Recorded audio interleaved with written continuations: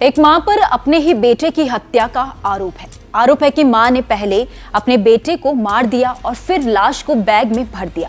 आरोप है कि उसने हत्या के सबूत मिटाने की कोशिश भी की, लेकिन पुलिस ने आखिरकार उस महिला को पकड़ लिया। अब पोस्टमार्टम रिपोर्ट सामने आ चुकी है, जांच चल रही है।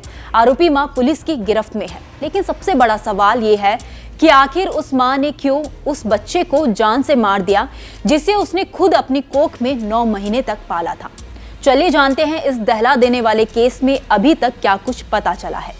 नमस्कार, मैं हूं विभा राणा और आप देख रहे हैं न्यूज नेशन का डिजिटल प्लेटफॉर्म। चलिए कहानी को शुरू से शुरू करते हैं। यह मामला उस वक्त शुरू हुआ जब गोवा से इस घटना की खबर सामने आई। पता चला कि एक मां ने अपने 4 साल के बेटे को मार डाला है। गोवा पुलिस और होटल स्टाफ की मुस्तैदी से आरोपी मां को गिरफ्तार कर लिया गया। तब से ही इस केस में नए मोड़ आ रहे हैं, नए खुलासे हो रहे हैं। अब जो बात पता चली है वो ये है कि मां ने बच्चे की हत्या से पहले उसे कफ सिरप पिला दिया था, ताकि सोते वक्त ही उसका कत्ल किया जा सके। पुलिस सूत्रों के अनुसार उत्तरी गोवा के कैंडोलियम स्थित एक होटल के सर्विस अपार्टमेंट से कफ सिरप की 2 खाली बोतलें बरामद की गई है। ये वही कमरा है जहां 39 साल की सूचना सेठ और उसका बेटा रुके हुए थे। बेंगलुरु में एक कंपनी की सीईओ सूचना सेठ ने 6 जनवरी को अपने बेटे के साथ एक होटल में चेक इन किया।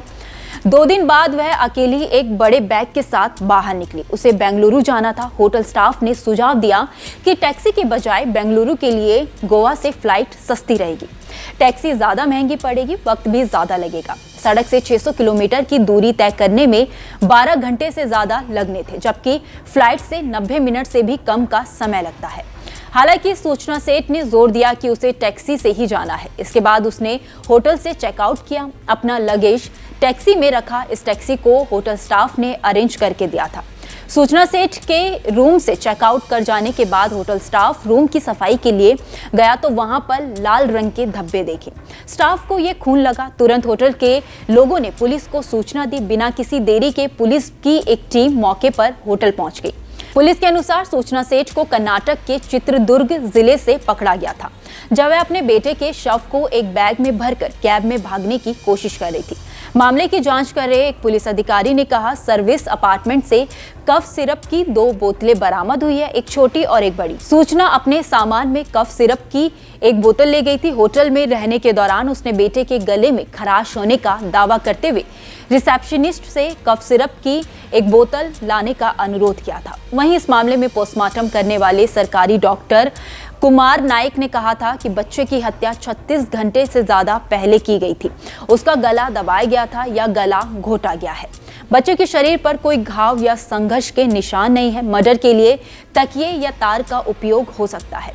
वहीं गोवा पुलिस के अधिकारी का यह भी कहना है कि हम जांच कर रहे हैं कि क्या बच्चे को बेहोश करने के लिए कफ सिरप की खारी खुराक दी गई थी।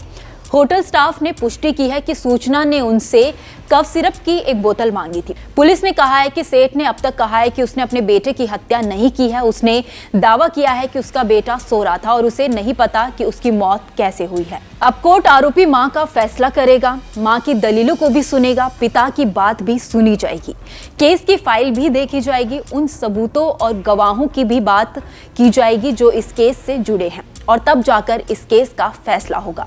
लेकिन इस मामले से जुड़े हर अपडेट को हम आप तक पहुंचाते रहेंगे। आप बने रहिए न्यूज नेशन के साथ। धन्यवाद।